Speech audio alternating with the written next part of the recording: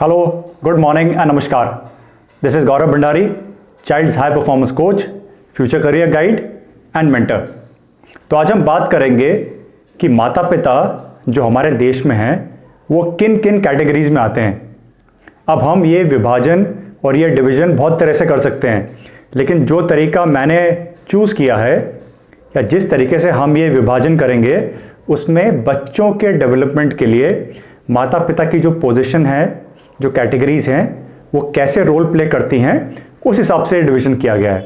तो आइए देखते हैं कि कौन कौन से वो डिविजन्स हैं जिनमें माता पिता बटे हुए हैं और उनसे बच्चों के जीवन पे क्या फ़र्क पड़ रहा है।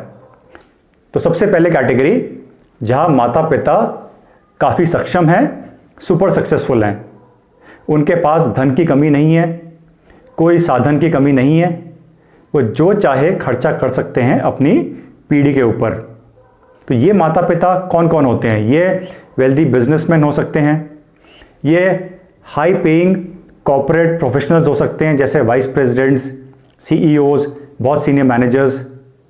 ये लोग सेल्फ एम्प्लॉयड भी हो सकते हैं जिनकी बहुत अच्छी प्रैक्टिस चल रही हैं, चाहे वो डॉक्टर्स हों, इंजीनियर्स हो, चार्टर्ड अकाउंटेंट हो, आर्किटेक्ट्स हो, लॉयर्स हों।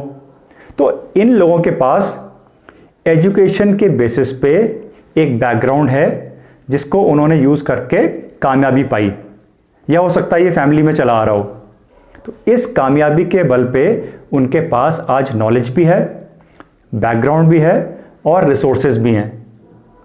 अब अगर हम एक मिनट के लिए मान लेते हैं कि इन लोगों के पास समय की कमी है, तो भी उस कमी को पूरा करने के लिए साधन लगा के हम बच्चों के डेवलपमेंट के लिए जो दे सकते हैं, ये कैटेगरी वो देने में सक्षम है। अगर ये कैटेगरी वो चीज़ दे रही है जो बच्चे को चाहिए, चाहे खुद से या किसी और के थ्रू साधन लगा के, तो भी बच्चे के डेवलपमेंट की बहुत सारी एक्टिविटीज़ हो जाती हैं।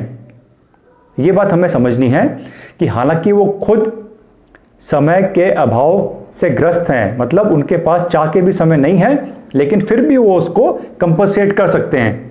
वो कई चीज़ें दे सकते हैं बच्चों को जिससे बच्चों का डेवलपमेंट रुके नहीं। नेक्स्ट पॉइंट, इस कैटेगरी में एक कॉन्फिडेंस या कंफर्ट भी होता है। क्यों? क्योंकि उन्हें पता है कि उनके पास टाइम का प्रेशर नहीं है, इसीलिए ना बच्चों को स्ट्रेस होता है ना उनको स्ट्रेस होता है। उनके टारगेट्स जो रहते हैं वो फ्लेक्सिबल भी रहते हैं। मान लीजिए आपने एक पर्टिकुलर काबिलियत चाहिए थी बच्चे में क्लास 12 तक, तो हो सकता है वो काबिलियत आ जाएगी। अगर नहीं है तो ये प्लान बना के उसको ग्रेजुएशन ख़त्म होने तक भी ला सकते हैं, या उसके बाद भी। बच्चों के लिए कौन कौन से रास्ते तय करने हैं, किस तरह से बच्चों को सपोर्ट करना है, चाहे खुद के प्रोफेशन में चाहे दूसरे प्रोफेशन में, ये इनको आता है। इसीलिए इस कैटेगरी में कभी भी स्ट्रेस प्रेशर नहीं होगा अनलेस बच्चा बहुत ही गलत रास्ते पे जा रहा है।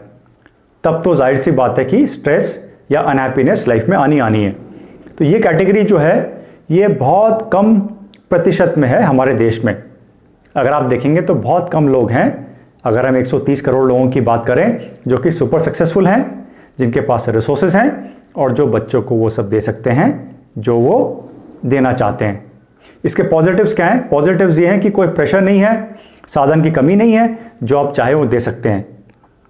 इसका एक माइनस अगर हम देखें तो ये हो सकता है कि चूंकि बच्चा अभाव में नहीं रहा, तो वैसे तो सब अच्छा होगा, लेकिन एक जुझारूपन, एक स्ट्रगल करना, एक अगेंस्ट दी ऑड्स फाइट करना, ये स्पिरिट शायद उसमें कम हो। शायद हो सकता है कई पेरेंट्स ने ये भी बिल्ड करी हो, लेकिन हो सकता है कहीं कहीं पे कम हो। तो ये एक कैटेगरी हो गई जो बहुत कम संख्या में है इस देश में। अब हम इसके चलते हैं दूसरी तरफ। जो दूसरी कैटेगरी आती है वो है जो सख्त अभाव में जी रही है, जहां पे गरीबी है, माता पिता के पास रोजगार नहीं है अच्छा, जहां लो पेइंग जॉब्स हैं, सैलरीज अच्छी नहीं है, स्ट्रेस भी है, तनाव भी है। चूंकि वो पेरेंट्स खुद से अच्छी तरह से नहीं पढ़े थे या अच्छी क्वालिफिकेशन और स्किल्स नहीं ली, तो उनको बच्चों को वो देने के लिए भी काबिलियत नहीं है। तो फाइनेंशियल रिसोर्सेज नहीं है, स्किल की कमी है, एजुकेशन बैकग्राउंड नहीं है और घर में थोड़ा सा पैसे की वजह से या माहौल की वजह से या लोकेलिटी की वजह से थोड़ा सा स्ट्रेस तनाव होता हो, जो बच्चे को वो फुल इनपुट नहीं दे पा रहा है जो बच्चे को मिलना चाहिए। हर बच्चे को समान एजुकेशन, अच्छी ग्रोथ अपॉर्चुनिटीज़, लर्निंग अपॉर्चुनिटीज़ मिलनी चाहिए, लेकिन इस कैटेगरी में शायद वो नहीं मिल पाए। ऊपर से हो सकता है घर को फाइनेंशियली सपोर्ट करने के लिए बच्चों के ऊपर थोड़ा सा प्रेशर भी हो कि वो कुछ जॉब्स करे, काम करे, घर को सपोर्ट करें। अब बच्चों को मेहनत करनी है, पढ़ाई में करें या एम्प्लॉयमेंट में करें। दिन में 24 ही घंटे होते हैं, कितना भी बच्चा मेहनत करेगा कुछ घंटे तो उसके इधर भी जाएंगे, कुछ उधर भी जाएंगे। तो इसलिए जो लर्निंग है वो हो सकता है स्लो हो, जो ग्रोथ है, जो उनको सीखना है, उसके लिए उनको पर्याप्त समय ना मिले। प्लस चूंकि पेरेंट्स स्ट्रेस्ड हैं, ये फ्यूचर को लेकर चिंतित हैं और उनके पास अच्छे रास्ते नहीं है अपना खुद का भविष्य ठीक करने के लिए। हालांकि हर कोई जानता है आजकल क्या करना है, लेकिन चूंकि अपॉर्चुनिटीज़ कम हैं, पेरेंट्स खुद को अब शायद ना बदल पाएं, तो वो बच्चों से उम्मीद करते हैं कि वो कुछ करेंगे।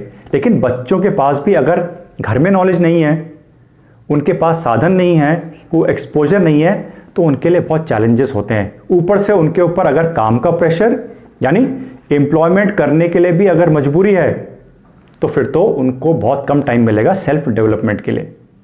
मैं मानता हूं कि काम करके एक दूसरी स्किल गेन कर रहा है बच्चा, ये बात सही है, लेकिन उसके प्रोसेस में क्या जा रहा है ये बहुत ज़रूरी है देखना।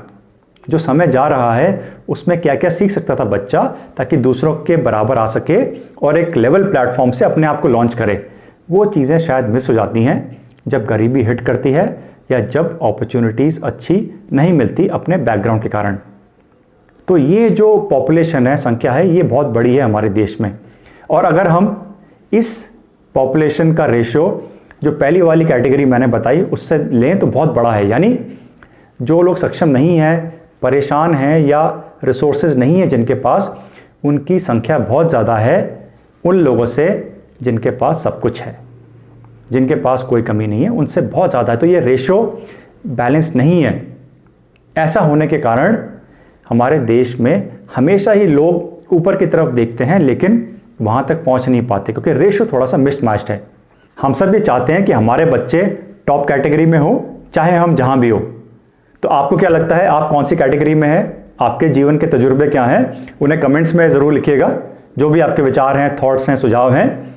अगर ये वीडियो अच्छा लगा हो तो give it a thumbs up, इसे लाइक कीजिए, सबके साथ शेयर कीजिए और चैनल को भी सब्सक्राइब कीजिए। अगर ऐसे वीडियोस और देखना चाहते हैं, बेल नोटिफिकेशन अपने आप को अपडेट रखने के लिए कब नया वीडियो रिलीज़ हो रहा है। आपसे जल्दी मुलाकात होगी। टेक केयर, थैंक यू, नमस्कार।